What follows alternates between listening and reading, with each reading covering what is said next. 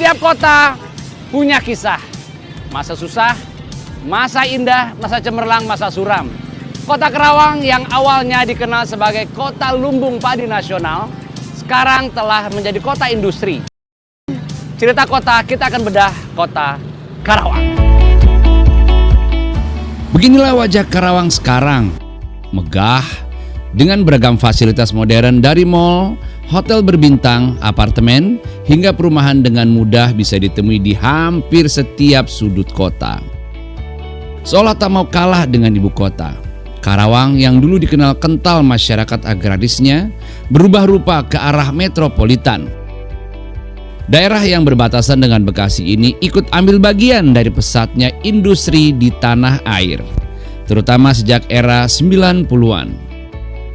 Sejuta cerita tercurah dari perubahan wajah daerah yang pernah berjuluk lumbung padi nasional ini. Menggoreskan kisah tentang hikayat manusia-manusia yang berpacu dengan perubahan di peradabannya.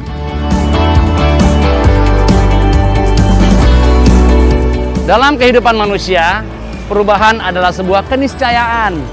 Kalau anak-anak band bilang, band sebesar Metallica pun mengalami perubahan. Kota Karawang pun mengalami perubahan. Alun-alun Karawang memang bukan satu-satunya lanskap kota yang meninggalkan memori bagi warganya. Di sekitarnya juga terdapat peninggalan masa lalu yang menjadi saksi catatan panjang sejarah daerah ini. Tak hanya Masjid Agung Karawang yang menjadi salah satu masjid tertua di Pulau Jawa, Tugu 0 km di masa lalu juga menjadi bagian sejarah kota Karawang. Saya tertarik untuk melihat Tugu 0 km Karawang yang ternyata letaknya tak jauh dari alun-alun. Benar-benar tak jauh, hanya berjarak sekitar 20 meter saja dari Tugu alun-alun. Tak jauh dari alun-alun terdapat kampung yang tak bisa lepas dari sejarah kota Karawang. Kampung Bakan Karawang asal namanya. Letaknya tepat di sisi Sungai Citarum. Pada tahun 1633, Singa Perbangsa yang diutus oleh Sultan Agung mendirikan sebuah kampung yang hendak dijadikan pusat pemerintahan Karawang. Singa Perbangsa kemudian memilih kawasan yang banyak ditumbuhi pohon nagasari hingga akhirnya kampung itu berkembang dan disebut juga dengan Kampung Nagasari yang kini menjadi sebuah kelurahan yang cukup padat penduduk di kota Karawang. Rumah sejarah Rengas Dengklok, begitulah rumah milik Jiao Qixiong ini disebut. Di ruang tamu dan sejumlah bagian rumah petani keturunan Tionghoa inilah perundingan antara kaum muda dengan Soekarno dan Hatta berlangsung. Sesaat setelah kedua pemimpin bangsa itu diasingkan ke Rengas Dengklok pada medio Agustus 1945 oleh para pemuda yang menghendaki Indonesia merdeka secepatnya. Hingga akhirnya kedua pemimpin bangsa itu memproklamirkan kemerdekaan Republik Indonesia pada 17 Agustus 1945. Kami, bangsa Indonesia, dengan ini menyatakan kemerdekaan Indonesia. Rumah Rengas Dengklok merupakan bangunan yang dibangun oleh Jiao Qixiong pada tahun 1920. Sejumlah bagian dari bangunan rumah ini masih asli, seperti dua bilik kamar yang digunakan oleh Bung Karno dan Bung Hatta selama berada di sana. Bentuk asli kamar masih dipertahankan. Meski demikian, ranjang kayu jati yang ada saat ini merupakan replika. Di kamar ini juga terdapat replika meja yang digunakan oleh Bung Karno untuk menyusun naskah proklamasi kala itu. Rumah sejarah Rengas Dengklok awalnya bukan di Kampung Kalijaya. Sebelumnya rumah ini berada di sekitar 150 meter dari tepi Sungai Citarum di Kampung Bojong.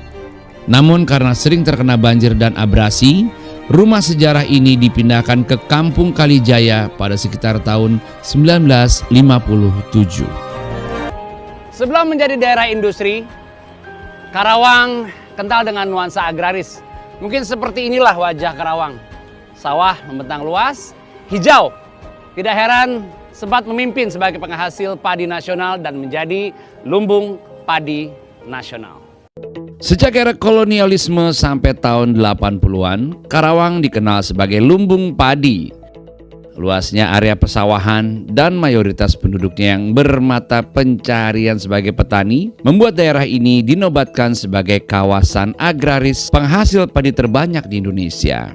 Terutama pada masa Orde Baru, upaya swasembada pangan di Karawang membuahkan hasil dengan produksi yang melimpah pada tahun 1984. Bahkan beras Karawang sempat diekspor ke berbagai negara. Suatu hal yang belum bisa lagi dilakukan Indonesia di era sekarang. Tahun 60-70 itu kita nanam padi masih 1 kali dalam 1 tahun. Panennya hanya sekali setahun? Sekali setahun. Tahun 70-an kurang lebih, Pak Harto ada gerakan swasembada pangan. Jadi hasil panen itu sebanyak-banyak memang terjadi. Sekitar tahun 84 kalau nggak salah itu ada surplus. Surplus 2 juta ton kalau nggak salah dari 27. Dihasilkan ya, dari Karawang. Waktu itu 25, 27. Jadi ada surplus 2 juta ton lah. Sebelum ada industri ya. Ini tuh masih dianggap lumbung padi nasional di Karawang tuh Karena tanah pertanian ya, masih luas. karena memang luas tanahnya hampir separuh dari luas Karawang. Kemarin Bupati Karawang tuh menyetop jangan sampai kurang dari 80.000 hektar. Ya. Ya kan? Itu dikunci di situ gitu loh. Jadi sekarang mungkin Tidak boleh ada pembangunan lagi, pelebaran lahan lagi. Sungguh sebuah nikmat yang tak terhingga bisa melewatkan hari sambil menikmati makanan di tengah sawah bersama para petani Karawang. Bersyukur sambil terus berharap lahan pertanian yang tersisa tak ikut tergerus roda pembangunan.